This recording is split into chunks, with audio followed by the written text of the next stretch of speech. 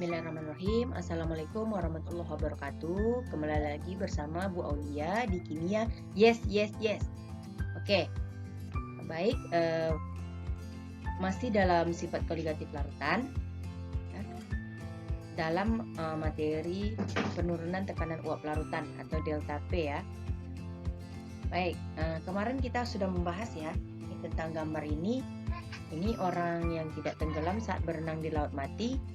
Dan air lautnya tidak akan pernah kering, tidak pernah kering. Nah, hal ini diakibatkan ya, oleh apa? Nah, kalian sudah membahas di fenomena penurunan tekanan uap kemarin ya.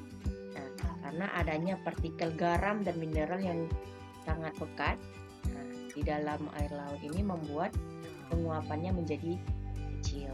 Itu mengakibatkan airnya tidak pernah kering. Nah, tentunya karena massa jenis garamnya lebih besar di dalamnya mengakibatkan massa jenis garam lebih besar dari manusia sehingga manusia bisa mengapung saat berenang. Itu jawabannya ya. Baik, tujuan pembelajaran pada pertemuan kali ini adalah peserta didik dapat menganalisis perhitungan kimia. Nah, sekarang perhitungan kimia ya terkait fenomena penurunan tekanan uap pada kehidupan sehari-hari dengan tepat, dan peserta didik dapat mengkomunikasikan hasil diskusi pada penurunan tekanan uap lautan dalam kehidupan sehari-hari dengan efektif dan percaya diri. Nah, perhatikan animasi berikut. Nah, di tabung A ini adalah air biasa, dan tabung B adalah lautan gula. Jadi air dicampur dengan gula ya. Nah, pada air biasa, ketika sama-sama dipanaskan, uap air yang didapat atau yang dihasilkan adalah lebih banyak atau lebih tebal awan uapnya ketimbang dengan tabung B ya. Ya, tabung B. Nah, pada tabung B uap air yang dihasilkan itu sedikit. Itu diakibatkan oleh apa? Tentu karena ada partikel gula di dalam larutan ini sehingga pada saat diuapkan uap airnya itu menjadi kecil. Nah, tekanan uap yang air ini itu disimbolkan dengan P0. Sedangkan tekanan yang dihasilkan oleh larutan itu disebut dengan tekanan uap larutan. Disimbolkan dengan P. Nah, melihat dari animasi ini, P0 lebih besar dari P. Nah, oleh karena itu dikatakanlah itu penurunan tekanan uap karena tekanan uap air murni itu menjadi turun karena adanya penambahan partikel zat terlarut. Baik, dari animasi, penambahan gula pada air akan mengakibatkan adanya gaya tarik-menarik antara ikatan air dengan gula sehingga membuat molekul air susah untuk menguap.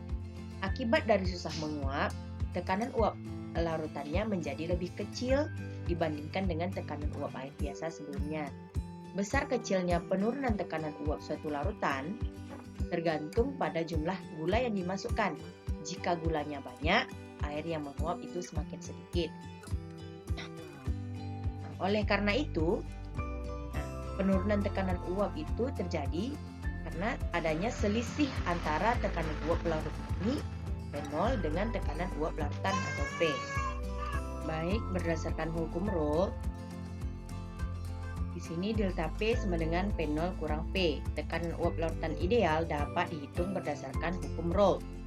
Tiap komponen dalam suatu larutan melakukan tekanan yang sama dengan fraksi mol kali tekanan uap dari komponen pelarut murni.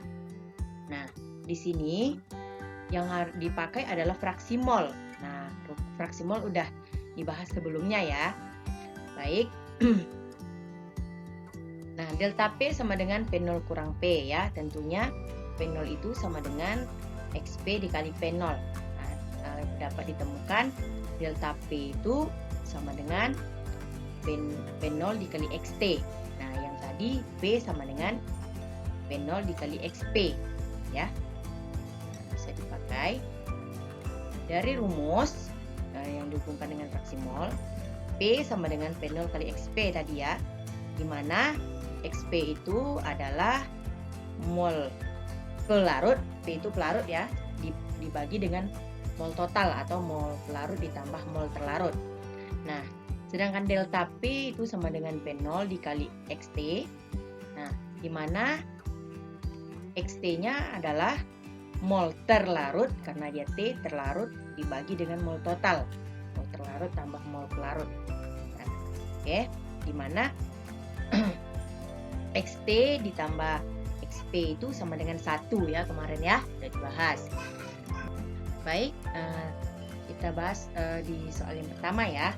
Nah, tekanan uap murni air pada suhu 30 derajat Celcius adalah 31,8 mmHg. Jika fraksi mol air 0,6, maka penurunan tekanan uap larutan tersebut adalah. Nah, pertama untuk menjawab soalnya kita harus buat diketahuinya dulu. Di sini tekanan uap air murni atau P0 itu 31,8 mmHg. Kemudian fraksi mol air. Nah, di sini air itu sebagai apa? Nah, kalau di sini larutan berarti air itu sebagai pelarutnya, ya. Pelarutnya berapa fraksi molnya? 0,6. Nah, yang ditanya apa? Yang ditanya penurunan tekanan uap larutan atau disebut delta P. Nah, dari rumus sebelumnya itu diketahui bahwa XT tambah XP itu sama dengan 1. Nah, gimana cara menjawabnya? Jawab ya. Apa rumus delta P? Delta P sama dengan P0 dikali XT. Di mana delta P, P0 dikali XT itu 1 dikurang XP. Nah, makanya delta P sama dengan P0-nya 31,8 mmHg dikali dengan 1 dikurang 0,6. Makanya 31,8 mmHg dikali dengan 1 kurang 0,6, 0,4. Delta P 31,8 mmHg kali 0,4 hasilnya 12,72 mmHg. Ya, gitu.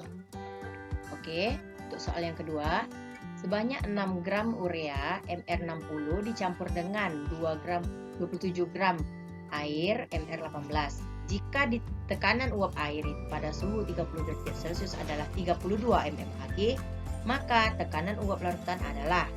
Nah, diketahuinya apa dulu? Di sini ada tekanan uap airnya atau P0-nya 32 mmHg, kemudian massa ureanya 6 gram, MR ureanya 60, kemudian gram air atau massa airnya 27 gram, kemudian MR airnya adalah 18 gram. Setelah ditulis semuanya, ditanya apa? Ditanya tekanan uap larutan atau simbolnya P ya.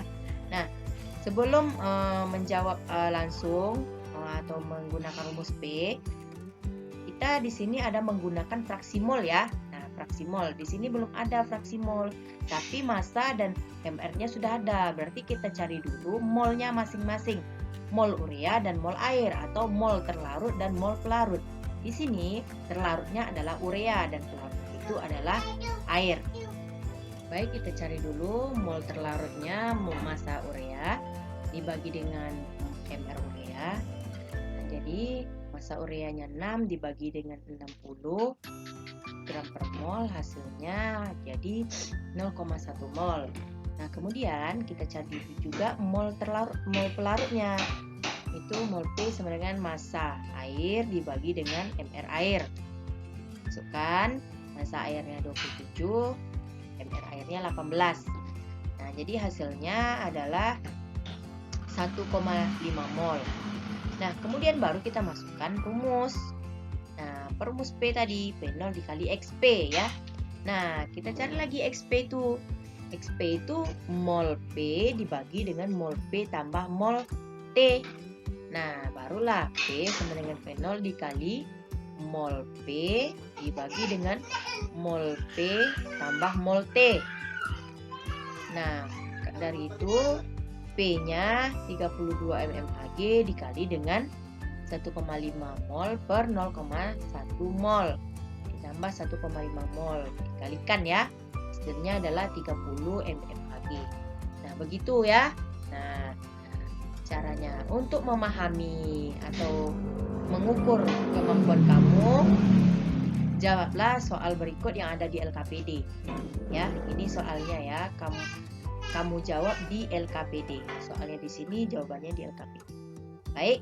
Nah, untuk lebih memahami, Silakan scan barcode ini untuk lebih jelasnya. Kemudian bisa kamu pakai untuk menjawab LKPD juga. Baik, terima kasih. Assalamualaikum warahmatullahi wabarakatuh.